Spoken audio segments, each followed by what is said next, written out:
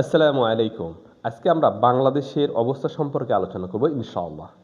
আমরা কয়েকটা ডট মেলানোর চেষ্টা করব এবং সেই অনুযায়ী আপনাদের কি মতামত সেটা জানার চেষ্টা করব। গত ইউনূস সরকারের আমলে পাকিস্তান এবং বাংলাদেশের নৌবাহিনীর একটা যৌথ মহড়া হয়েছে। সেই মহড়ার প্রধান ছিল ওমর ফারুক। এই ফ্রিগেট পাকিস্তান থেকে এসে আপনার চট্টগ্রাম বন্দরে পুরো এলাকাতে তারা মহড়া চালিয়েছে এবং তার পুরো স্ট্রাকচার, গঠন বা রুট তারা সম্পর্কে পুরো ধারণা নিয়েছে। তার পরবর্তীতে কি হলো?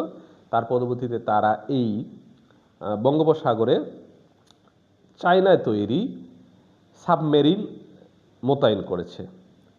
বঙ্গোপসাগরে সাবমেরিন মোতায়েন করেছে। বাংলাদেশের কিছু করণীয় আছে কি? নাই।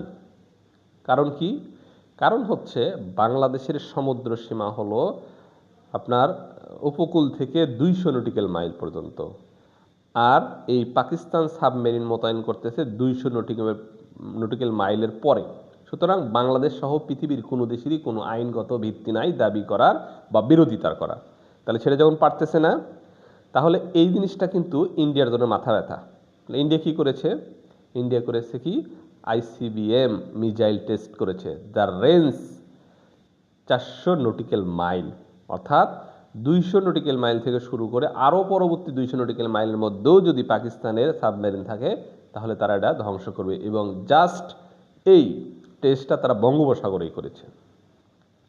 এখন বর্তমানে এই প্রেক্ষাপট যদি আপনি মিলান তাহলে দেখবেন বাংলাদেশের প্রতি ইন্ডিয়ার ক্ষোভ আছে, আমেরিকার ক্ষোভ আছে, পাশাপাশি ইসরায়েলেরও ক্ষোভ আছে। আর বাংলাদেশের বর্তমান যে প্রেক্ষাপট বা বন্ধুত্বপূর্ণ সেটা সম্পর্ক পাকিস্তানের সাথে বাড়তেছে এবং চায়নার সাথেও বাড়তেছে। তার পরিপ্রেক্ষিতে আমরা কিছুদিন আগেই শুনলাম যে ইসরায়েলের রাষ্ট্রদূত বলতেছে বাংলাদেশ এবং পাকিস্তানে হামাস আছে। কথাটা কিন্তু অতি গুরুত্বপূর্ণ এবং লোডযুক্ত কথা। ইসরায়েলের রাষ্ট্রদূত বলছে, অনেক গবেষণা করার এবং চিন্তা ভাবনার বিষয় হয়েছে। তার পরবর্তীতে চিন্তা করেন বাংলাদেশে পুশিন হচ্ছে এবং ভারতের নিরাপত্তা পরিষদের সদস্য ভারত কর্নাট তিনি বলছেন যে রংপুর ক্রয় করে নিতে হবে, রংপুর বিভাগটাকে ক্রয় করে নিতে হবে। যদি না বিক্রি করে বাংলাদেশ তাহলে কি করবে? সামরিক অভিযান চালাবে। এর সাথে নোট করেন শুভেন্দু, কলকাতার মুখ্যমন্ত্রী শুভেন্দুর বক্তব্য। তিনি বলছে বাংলাদেশকে আমরা একটা গাজা বানিয়ে ফেলব। আচ্ছা, তাহলে ইসরায়েলের রাষ্ট্রদূত যেখানে বলছে বাংলাদেশে হামাস আছে, তাদের কার্যক্রম অব্যাহত আছে, তাদের উপর নজরদারি চলতেছে, আর ওইদিকে ইসরায়েল যখন ইরানের সাথে যুদ্ধবিরতিতে আছে, তাহলে আপনাকে ভাবতে হবে যে ইসরায়েল আরেকটা যুদ্ধ ফ্রন্ট খুলতে যাচ্ছে। কারণ ইসরায়েল কখনোই ডাবল ফ্রন্টে যুদ্ধ করে না, সবসময় সিঙ্গেলে করে।